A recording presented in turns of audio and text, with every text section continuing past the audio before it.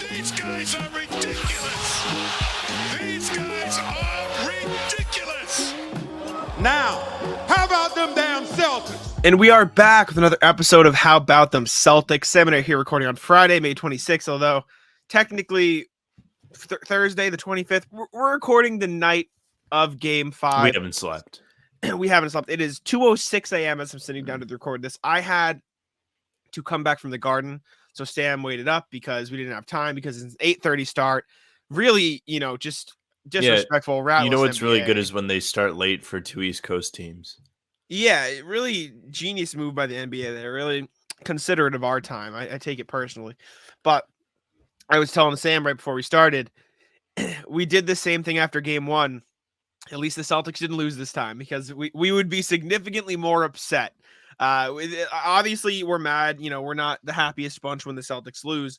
But, like, staying up to 2 a.m. and having to linger in the self-pity of a loss.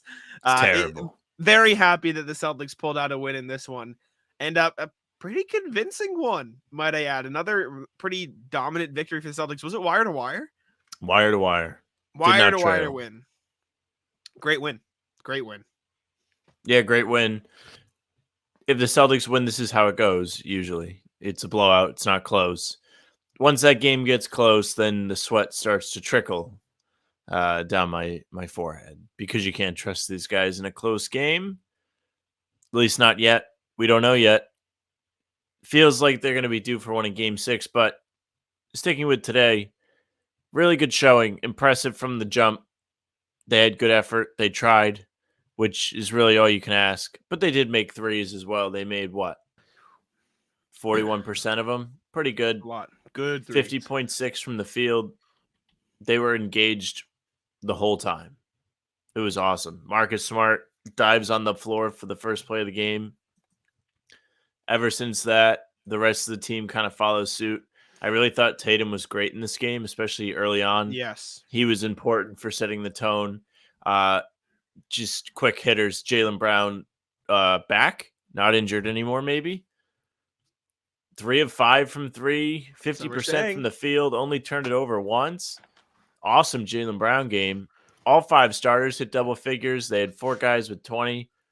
Oh, I lied. Horford only had 6. The plus minus gets Close me on enough. this NBA.com. I do that too. Yeah. Why would they have it like that? That sucks. Agreed. Rest of the guys, not a lot off the bench. We'll talk about Brogdon. What the hell are they going to do with this guy? But very impressive from these guys. It was great to see the shots go down. Horford still didn't make a 3. He had one where his foot was on the line. But they were getting good shots in the flow of the offense. They didn't look lost against the zone. There was a brief stint where they struggled against it, but it was only because the open shots weren't going down. It wasn't because they were turning the ball over. Celtics just 9 turnovers tonight. Big difference maker. Miami turned it over quite a bit. They had 16 of them. Big difference. That's the difference between going home and going to Miami. Pretty happy they're going to Miami. Head into South Beach. I've heard some things on Twitter. This is random. That Miami people don't like when you call it South Beach. They don't? I guess. I think that's just because technically it's just a neighborhood in Miami. But they're going to South Beach. You know what I'm saying? They're going to Miami. Celtics headed back. Blame LeBron for that. I'm all for it. Blame him. There you go. But like you said, very well-rounded, all-around game for the Celtics. Jayson Tatum, phenomenal. 11 assists in this one. 2 rebounds shy of a triple-double. Jaylen Brown, also good. Making some solid passes for JB. He took a few what seemed to be 4 shots early in the game, and then he turned it right around, and he had a phenomenal game, 21 points, efficient shooting, 3 steals, like you said, only 1 turnover, and that's huge for JB. Al Horford, I thought, played a great game. Obviously, like you said, he didn't score a lot. 3 of 7 from the field, 0 of 3 from deep for 6 points. He had Bam Adebayo in a torture chamber. Bam Adebayo looked lost in this game. What do you call him, Sam? Hit it. I don't want to say it. No? They're still losing in this series. I'm not going to say it. We won't jinx it, but the point is Al Horford played phenomenal defense on Bam Adebayo. And then you had the 2-headed guard tandem in the starting lineup of Marcus Smart and Derrick White. 24 for D. White, 23 for Marcus Smart, 6 of 8 from 3 for Derrick. 4 of 6 from 3 from Marcus. I mean, those two were the head of the snake tonight for the Celtics. It wasn't the exact same because in the game I'm referencing, they made all their threes at the end. This had a very Warriors game 1 feel where it's just like the role players are just killing you from 3 and the other team couldn't do anything. And that's what happened for the Celtics. Big Derrick White game, big Marcus Smart game. And that was the difference maker in this one. Those two guys hit their shots, and that's what mattered. And not all the threes are easy too. Derrick White made a ridiculous like turnaround, step back 3. Like they were just hot. And I tweeted out like, this team is scary when they're hot. And unfortunately, when they're not scary at all. But they're hot just scary 5. a different way. Yeah, they were hot in They're game scary 5, for the fans, not for the other team. Give a ton of credit to Derrick White in particular. Marcus Smart, obviously amazing too. But like this is the game you needed from D White for a while now. Yeah, it felt like Derrick White made every big shot. There were times where Miami was starting to climb back into this game, even if it was like they were down 18. They would string together a couple baskets. You're like, okay, like Celtics. There were times where their offense looked good, but there were also times where it was real stale. And White made a couple bailout threes, which were huge in this game. If you're going to have a controlled win like you did today, one, shout out to us because pregame we were like, we sure would love game 2 or game 7 against Philly to show up today. We did and say this. got something like that. So I was very pleased with that. No doubt. I would say, not to cut you off, I would say this is more impressive than a game 5, or game whatever it was versus Philly, because in game 2 and game 7 against Philly, it feel like they got up 30 and they just coasted. In this one, like Miami made a few like, okay, we're showing up again. Like we'll make a few shots. You know what I'm saying? And like it got down to maybe 13, 11 points, and then they just got it back up to 20. Right? Like every time the Celtics felt like it was slipping away, they were right back in it. And you know what that was? Missoula was so quick with the timeouts in game 5. Missoula has turned a corner. You know, it felt AKA like his players are trying. Yeah, it felt like all the jokes of Missoula, you can't save the timeouts for later in the season. It feels like he mentally thought he was saving all his timeouts in the regular season, and now in this one he's like, oh, I can use all my timeouts now, right? Like anytime the Celtics messed up, anytime Miami made a big bucket, it was just timeout, and it felt like it stopped Miami's runs, which is what timeouts are supposed to do. So credit Missoula. He again coached another phenomenal game.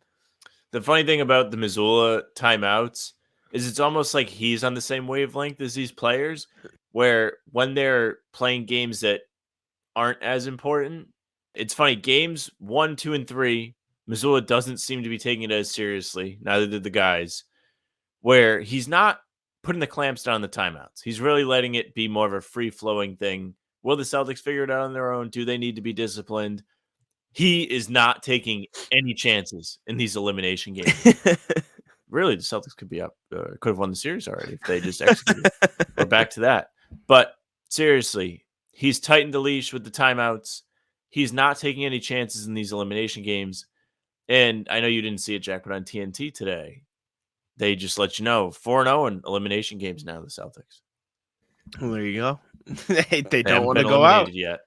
I will say, I think there's something to use the word like playing loose. I feel like for a while there, it felt like Missoula was coaching loosely and the Celtics were playing too uptight. And that's like the opposite of what it should be in a sense. Like when I say playing loose for the Celtics, I don't mean like not trying. I mean, when it felt like in games 1 and 2, maybe not 3, but game 3 is the anomaly. They just sucked. In games 1 and 2, it almost felt like they were trying too hard, like bringing back what they kind of talked about against Philly. Like they were too rigid. They were forcing stuff up. They weren't exactly playing in the flow of everything. And then meanwhile, Joe Mazzulla is like, fight through it, playing loose, blah, blah, blah. And now games 4 and 5, the script is kind of flipped where it's the Celtics are playing looser. Obviously, like I said, that doesn't mean like no effort. They're playing with great effort, but they're playing more free flowing. They're like, they're running around on defense. They're making the right passes. They're doing everything that they know they can do to be a successful team.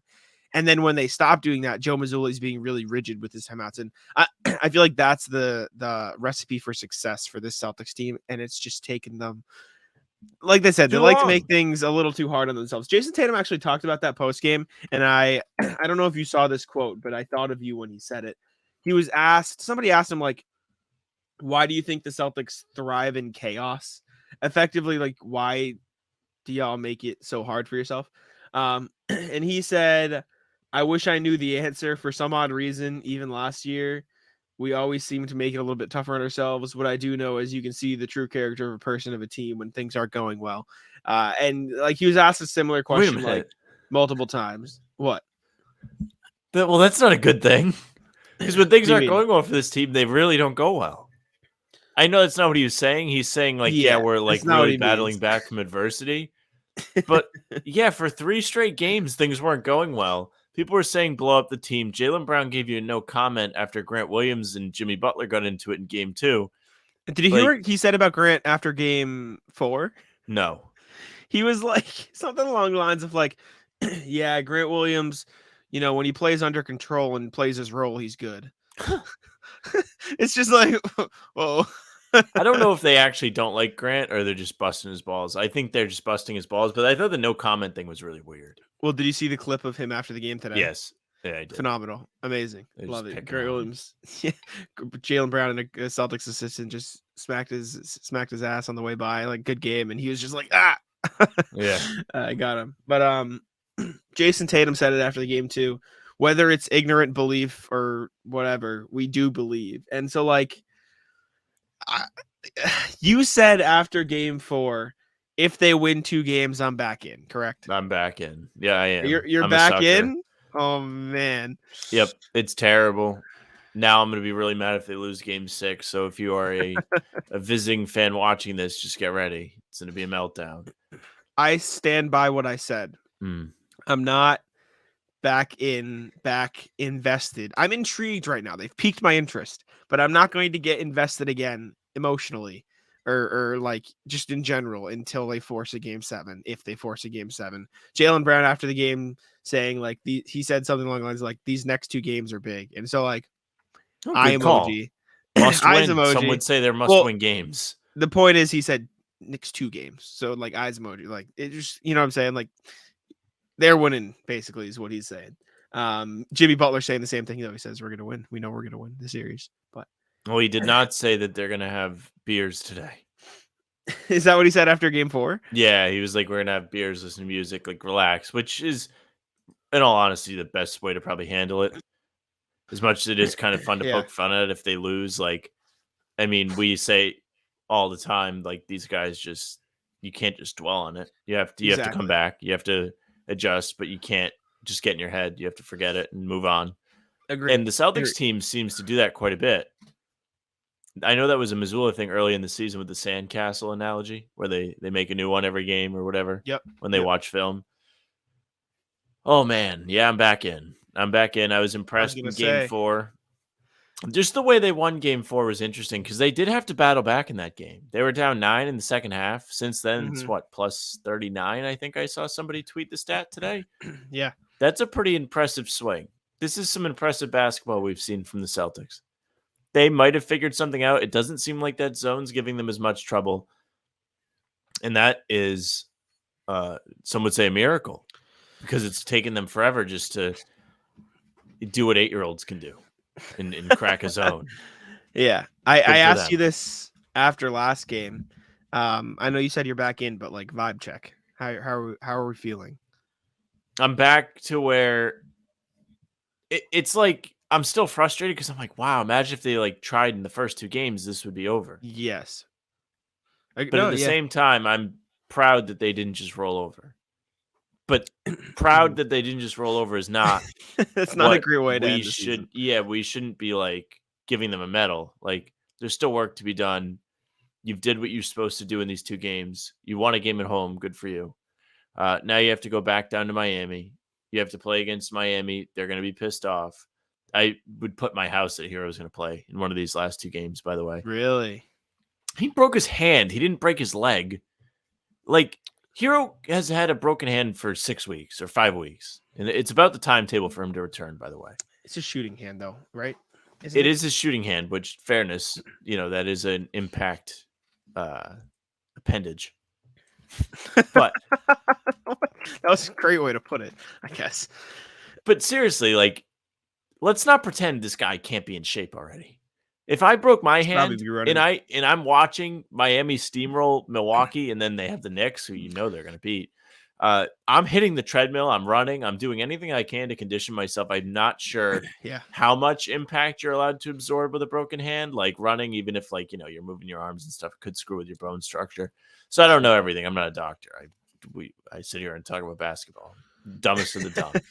But as somebody that has dealt with a knee injury, not a serious one, but annoying enough and nagging enough, it's frustrating. You lose that stamina because you can't run. I had to get back. I had to start building up, and I'm kind of back now. But if I broke my hand, I wouldn't stop that. If I could run, I would go.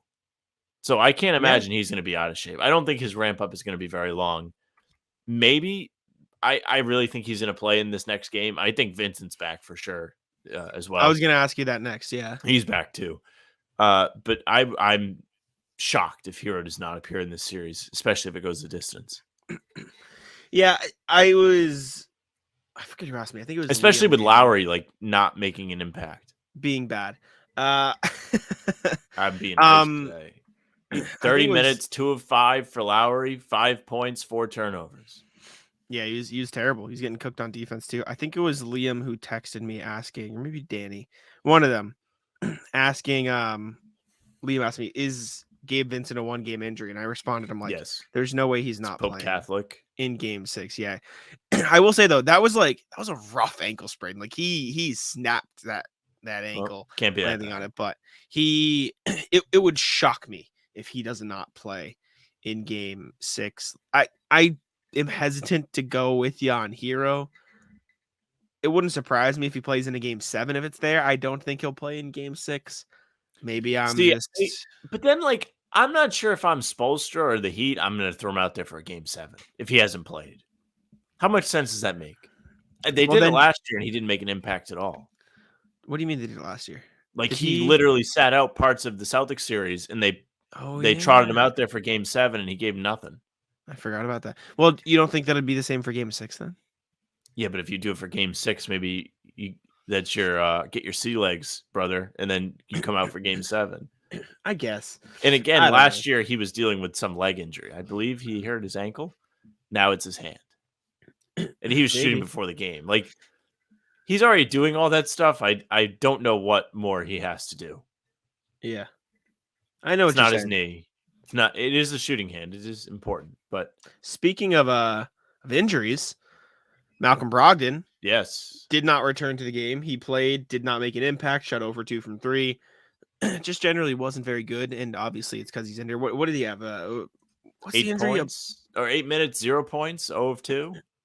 Yeah, he's playing with a partially torn tendon in his right arm. Jared Weiss reported. Maybe The Athletic. Just maybe he shouldn't play with that injury. Yeah, there we go. I would tend to agree with you. I wonder if he doesn't play in the first however many games, how much difference that makes, because he's been terrible. He's been because really of that, of course. I wonder how are you playing through a torn forearm on your shooting arm? I wonder. This has been the debate. Do you go with Pritchard or Hauser in the rotational spot? Maybe just go with 7. I mean, I don't really know if you need Brogdon. He's like a luxury. You have White and Smart. Those guys can just split minutes. Yeah, I don't know. I feel like you run they played Pritchard 4 minutes today, Hauser 3 minutes. That was garbage time though. I think you could get away with 6 for Hauser, 7 for Pritchard. You know what I'm saying? Very minimally just to give guys a rest. You throw them in. Maybe there for a shooting. Trot them out there and heat check them. See if they have anything for you that day. I agree, but that's Malcolm Brogdon should not be playing. He should not. He's not capable of giving them anything offensively. He hasn't been great on defense this series. There's no reason to put him out there. And not only that, but it's kind of not fair to put him out there to him. I mean, I'm sure he wants to play, but you're not going to be able to contribute to the team. And there's a risk you become a scapegoat. You don't want that, especially in your first year with the team. I don't think he's going anywhere. I don't know. Who am I to say, really? But he doesn't seem like somebody they should necessarily move on to. I know we've texted about this type of thing, but like it's a little different now. Like the sky is not falling until it is. Like if they lose again, we'll be back on the Armageddon. But Yes. right now, things are okay. There's a little bit of clarity that he was dealing with a serious thing in his forearm on his shooting hand, so it makes He sense still why he's is, been yeah. terrible. And Weiss was on the radio talking about it on Touch and Rich, and he was like, "Yeah, like this is the type of thing. Like sometimes they just rest guys. Like, well, just don't play him. Yeah, Let so him just do rest." that. So just rest him then. What are we Yeah. doing here? Agreed. Agreed. I'm But fine with it. Don't play him. And if you have to run 7 deep, you run 7 deep. If you don't trust Pritchard or Hauser, if you want to put him out there and you want to feel it out and see if they have anything for you that day, that's fine too. But yeah, you have to know with Pritchard, he's going to get picked on defense. And Hauser, they always try and pick on him. He's not easily picked on as much as Pritchard is because he's not undersized. But both of those guys are a bit of a liability on the defensive end. absolutely.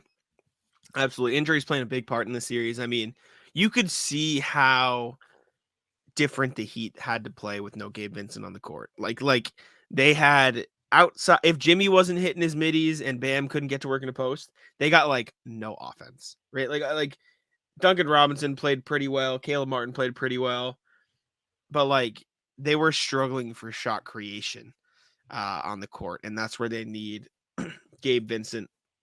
And so the injuries, I think, are just a big storyline this series. I'm not saying it's going to sway it like either way. Like it's not going to be like a Chris Middleton thing last year.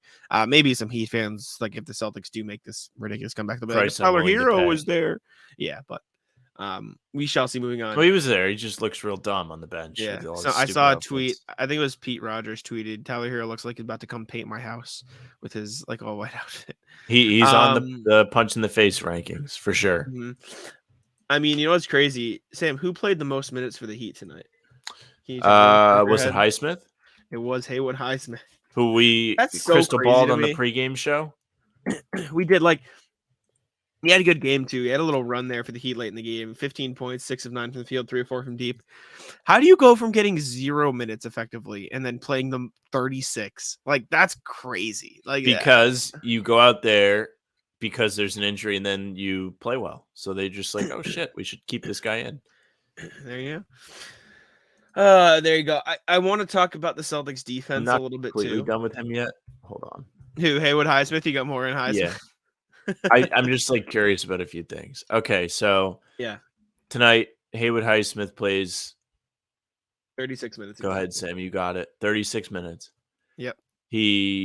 Where is he? My God. Okay, he's 6 of 9 from the field for 15 points, 3 of 4 from deep. Also, under talked about aspect of Highsmith is he defends Tatum pretty well, and I think he did a pretty good job in the regular season too. So look out for that. But Highsmith, 3 of 4 from 3, regular season 33.9% from 3. You bet. I mean, the Gabe Vincent stuff is just mind-boggling. He's been great. In this series, he's just been otherworldly, and it's not fair. I do wonder if the injury will bring him back down to earth. I would You know what I'm saying? Like I would he appreciate comes off that. the injury and struggles a little bit. We'll see. I think maybe it could happen, but I mean, Caleb Martin was 5 of 12, and it still felt like he made everything. yeah, yeah, he did not have a great game, but it felt like he did. They didn't get Jimmy a lot of shots today. Today was a weird Jimmy game. 10 looks for Jimmy. This is what I actually wanted to talk about next. 50%. Anyway, so I'm glad we're going there. Turned it over twice. He still kind of got his impactful stats: 5 rebounds, 5 assists, couple of steals.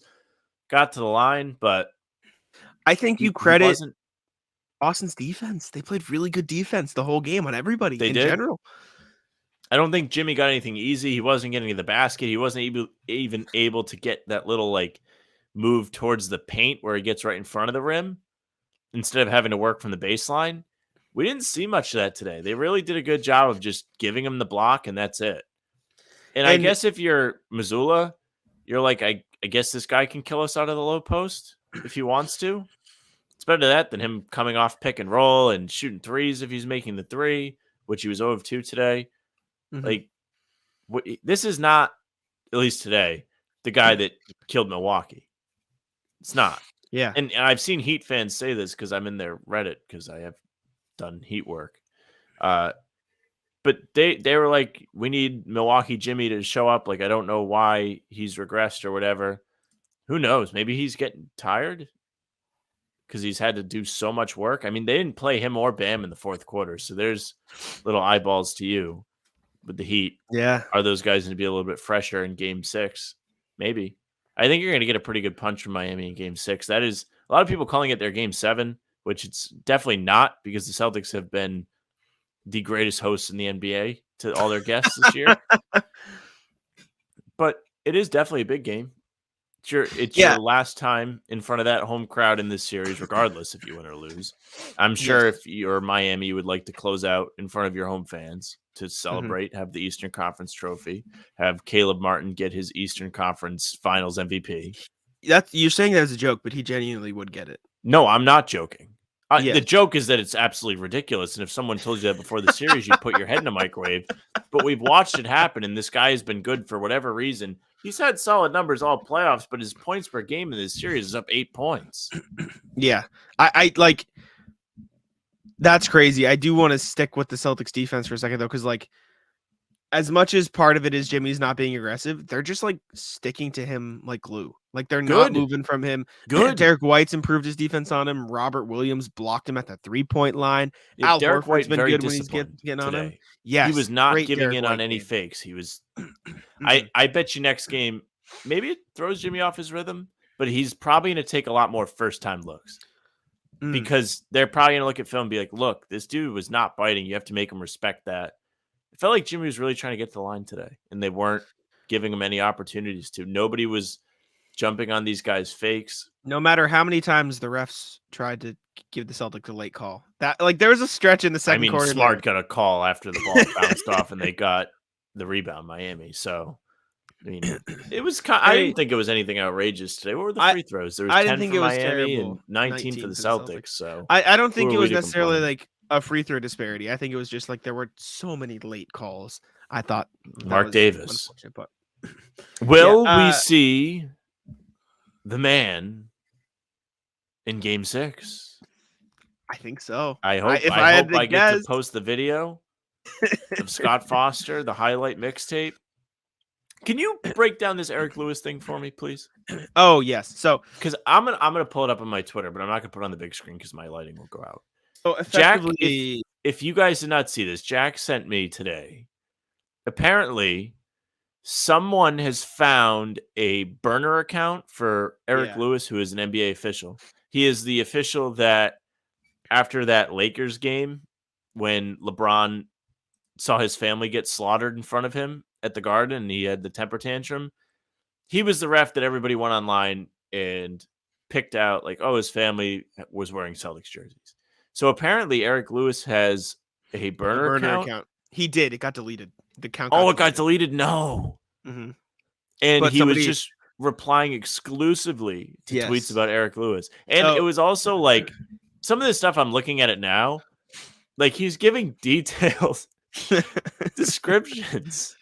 Yeah, so there's one where like some random fan account like ranked every official in the NBA and Eric Lewis was 69th. Nice. And the burner goes, so you watched every referee, laughing emojis. There's another one where it's like, why is everyone going crazy about Chris Paul going 0-11 when LeBron is 0-82 when Eric Lewis refs him? And somebody goes like, just like they're not talking about the Smurfs taking over London. That shit ain't true. Stop spreading lies. Get the F out of here. Lakers being swept because no Eric Lewis. Don't think he was ever the problem. Shrug emoji. I think it's hilarious. Eric Lewis got exposed as a Celtics fan. Now he's getting 0 assignments. Yeah, he worked game 1 in Denver. Like, okay, you keep up with Eric Lewis's schedule. How can you be the GOAT when you're 0-82 while ref by Eric Lewis? How is Eric Lewis not in the GOAT combo? You believe anything, bro. That's not a real stat. Another one. Jamal Murray talking to an official. Scott Foster getting a whistle, blah, blah, blah, like an extra one. Could he possibly have a second whistle in his pocket? Then Dennis throws him the original question mark. Look at the free throw disparity. It's all in black and white. I can't argue with that. I would have to look at the fouls, all based on jump. Like he's just going into these such replies phenomenal are very detail. Calculated. Like now that this has been exposed, it's like, oh my god, how did no one catch on to this until now? And the account, was it deleted or no? Wait. Oh, it's still there. Oh, the account is still there. The account replied to this thread with Pablo. This is Mark Lewis, Wright family older brother. Oh no. I'm sorry that I put E in this situation, but this ain't Watergate. You're right. The account will be coming down. Twitter should not be this vindictive. Sorry to Oh, inconvenience you. Well, there it Still goes. very funny. I respect it, but like, if you're gonna defend your brother, at least just put your name in it. Like, make it you. You know what I'm saying? Like, don't create a burner because that'll make. I don't know. Very funny. But yeah. Um, very funny. Eric Lewis memes. Last thing I want to talk about, because sorry for a shorter show, but we are both exhausted. It's 2:39 a.m. I'm feeling good. I can't believe it's gonna be almost 3 a.m. I haven't been up TD at this Gar- hour since like getting up to go to work. Like this is usually the beginning of my day. Yes. The crowd at TD Garden was the loudest I may have ever heard it. Ever. Not this postseason, not this season. Like, the loudest crowd I've heard at TD Garden. I turned to Cam, who I was sitting next to, and I go, I joked. I said, this still doesn't hold a candle to Taylor Swift. But it was that's not a knock on TD Garden. It's just Taylor Swift was obscene. But shout out the Celtics fans in attendance from the opening tip for when Marcus Smart dove on the ball, Jayson Tatum's crazy dunk, Jimmy Butler's missed free throws were like electrifying. Like anything that went well for the Celtics or didn't go right for the Heat was just deafening screams. And it was an extremely cool environment to be in. Yeah, this is the crowd everyone talks about being Yes. a great home court advantage.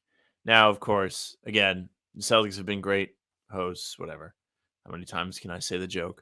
Tatum talked about that, actually. Did you see Tatum's quote on that? What about the fans? He was like, we're happy we gave him something to cheer about. Is that what he said? Yeah, he said. I was going to get to that. Oh, sorry. We'll Not him, but like, whatever. It's true. What he said is true. You can read it. He said, I'm glad we gave him something to cheer about today. We got the best fans in the league, and up until today, we haven't given them much to cheer about at home this series. So I'm glad our performance matched the energy they were giving us. They truly have not given the fans anything to cheer about, except for Game 7. Game 7 was pretty cool. But in this series, they've given them every reason not to trust them and to be restless. Of course they're not going to be engaged. They came out today and they punched them in the mouth. Of course the fans are in it. It was awesome. The first play of the game, Marcus dives on the floor. That's like the thing everybody's excited about. That of course they're in it. Awesome. Great. Yeah. Keep doing it. Keep winning games. The ball was popping around. Like everything about the way they started this game was perfect. I will also say, like, even before the game started, like before tip-off, as tip-off was happening, like you could tell the crowd was like, they were ready for the Celtics to give them something to scream about. Like before the game started, it was like, oh, this place is rocking. It's crazy that only Boston could believe the way they believe after being down 3-0 and winning one game, right? Like the Celtics realized, like they was a dominant win in Game 4 in Miami, right? But it was one game. But it feels like that one game completely changed the tune of the city, of the fans, of everything. And Game 5 only added to that.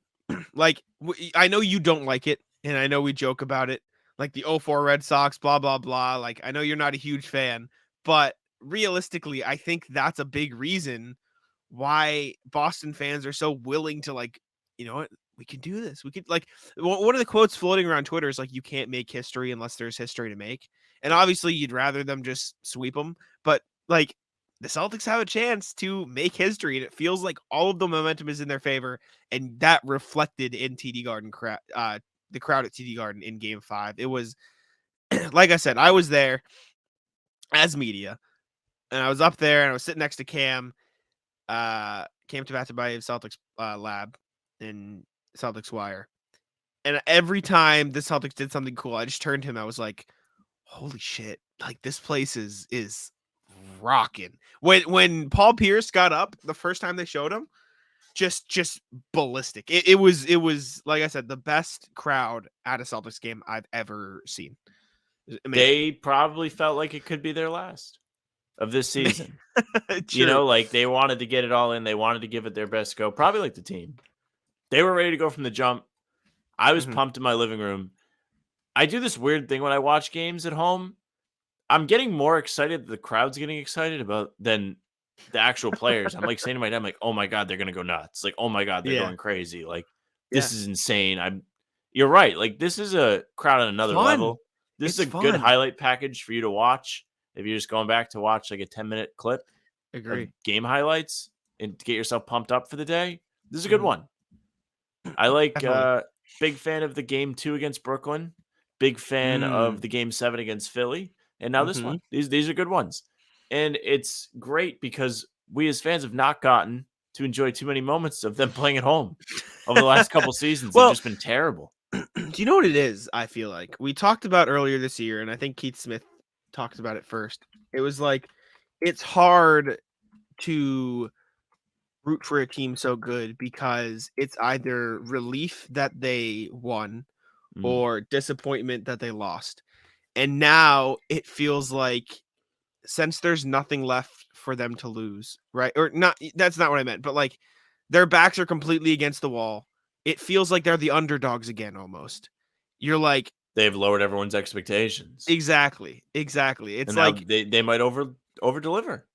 It's like when your mom, I think you told the story once. It's like your mom's like, oh, the report card thing. Yeah. If you're a C student and you get C's, it's whatever. But if you're an A student and you get C's, it's not acceptable. And it's true. And right now the Celtics, they're an A team.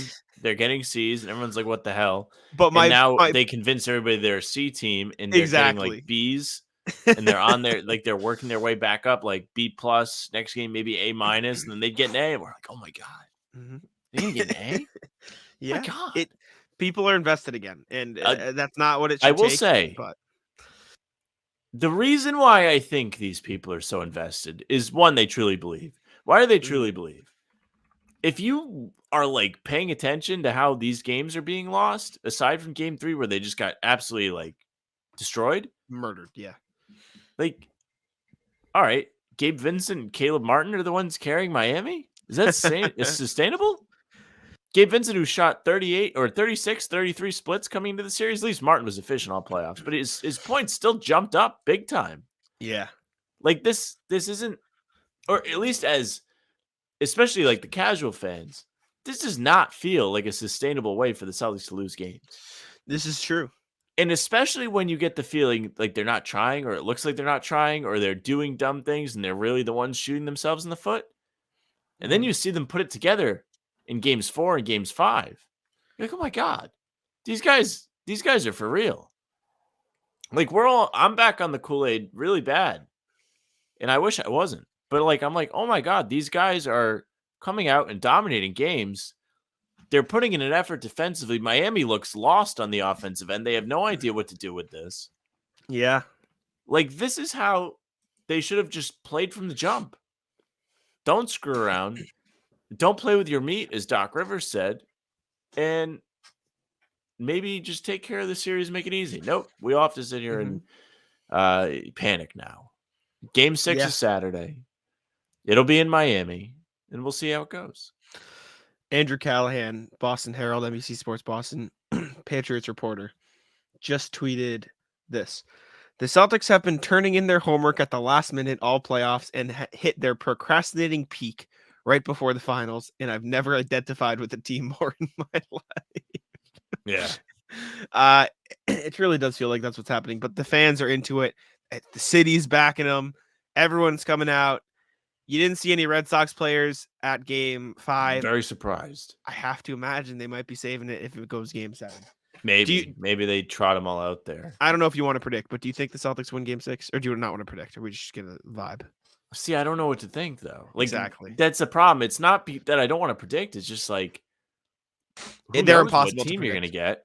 They just won 2 games. Everybody's like, oh my God, these guys are super cool again. I think it feels like they're due for a letdown. I feel like if they are going to lose, it's going to be this game.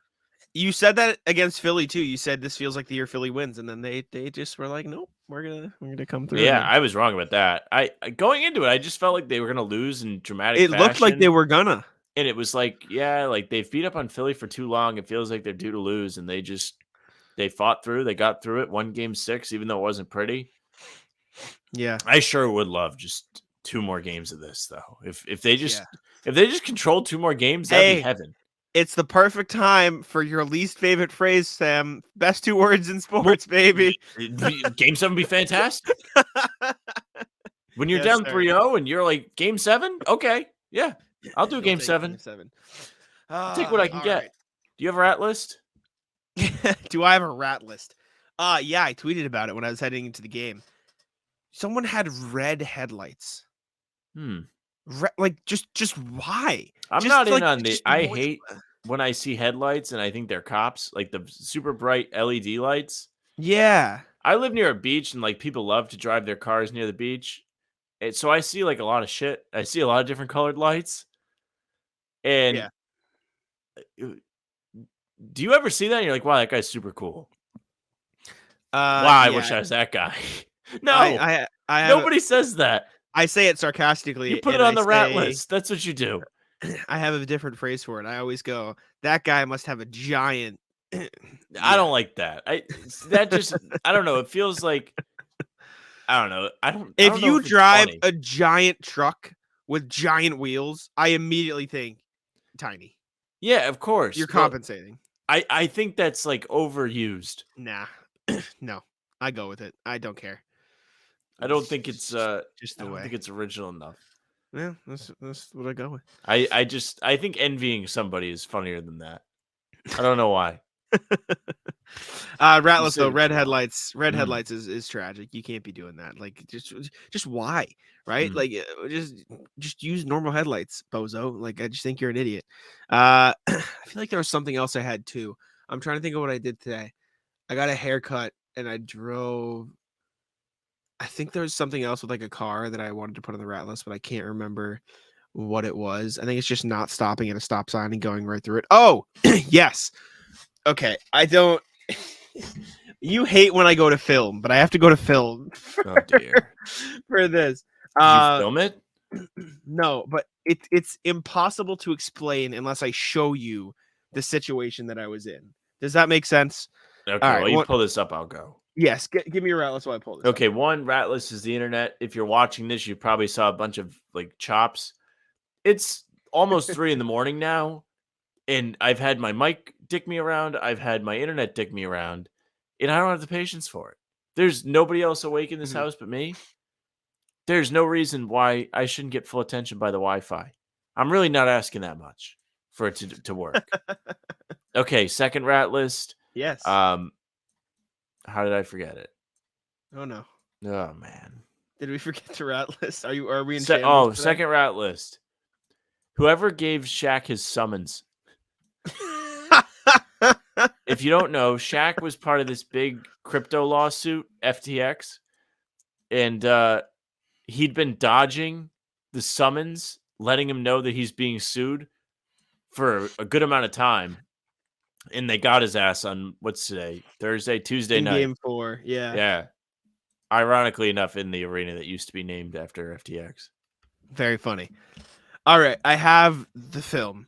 Okay. I think you're going to find this entertaining. It's not basketball film. So this is where I go to get on the highway. Okay. Excuse me. Watch on YouTube if you're listening on podcast. So you drive here. You're going. This is south. I need to go north. So I have to go past this. Okay. Right? I go past this. Oh, the day changed. Here you go. Yeah, we're back, though. We're driving. There's a small median in the middle of the road. Yep. And so I'm in the right lane because as you can see in the green sign up here, my exit is right after these people right here are coming to turn off, right? Okay.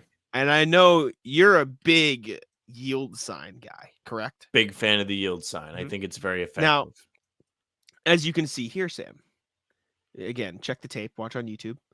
What do we see here, Sam? What is this right here? Is that a yield? That would be a yield sign because the people coming off the highway are supposed to yield to us because we need to take this exit up here. You can see the sign for the exit. Exit's right here. So I'm driving along. I'm like, all right, I'll stay in this lane. And I see a car on the right-hand side. I'm like, pulling in here. And I'm like, all right, I'm going to speed up. I'll get past it, so they're good to go. This is a and long they can drive. they can slow down a little bit. You see my exit right here, right? Okay. My exit right there. Right back here, we see their on-ramp. I'm driving up here. This dude does not yield. Doesn't even come close to yielding. Speeds all the way through this. Same speed he was going on the highway.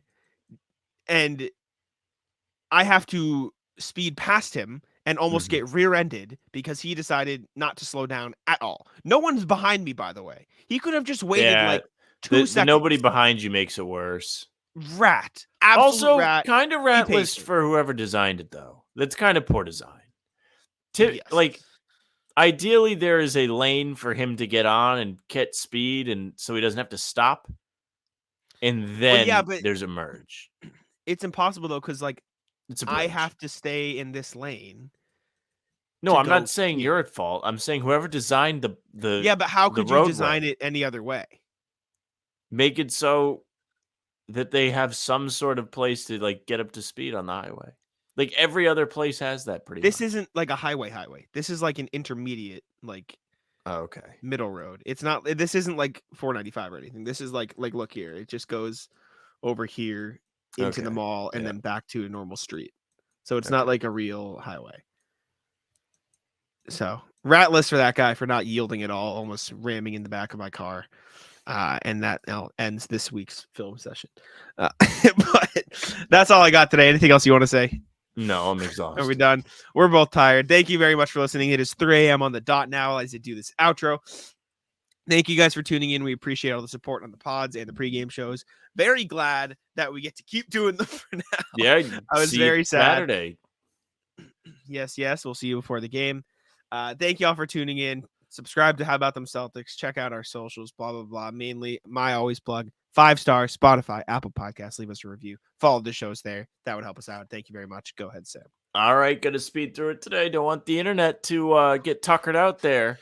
Thank you very much for listening or watching. If you're watching, make sure you subscribe to the YouTube channel. Hit the little notification bell so you'll get all of our 5 a.m. uploads. You'll get our pregame streams. And any other content we're putting out, you'll get a notification. You won't miss it. Also, leave a like. Leave some comments. Jack loves the comments. I love the comments. I'll go on my account and respond. Jack responds on the pod account. Plus, if you don't want to see us, don't know why, you can go on the streaming services, Spotify, Apple, follow us, leave a nice review, nice comments, 5 stars, all of that. Social media, we're working. We didn't do it today. We're working on getting the Twitter up to speed. How About Them C's. Instagram, TikTok as well for that and Facebook is just the name of the podcast. You can get our pregame streams there as well as Twitter. They are on Twitter. They're on Jack's Twitter at Jack Simone NBA and my Twitter at Sam LaFrance NBA. That's it for us. Bye. Tic-tac-toe.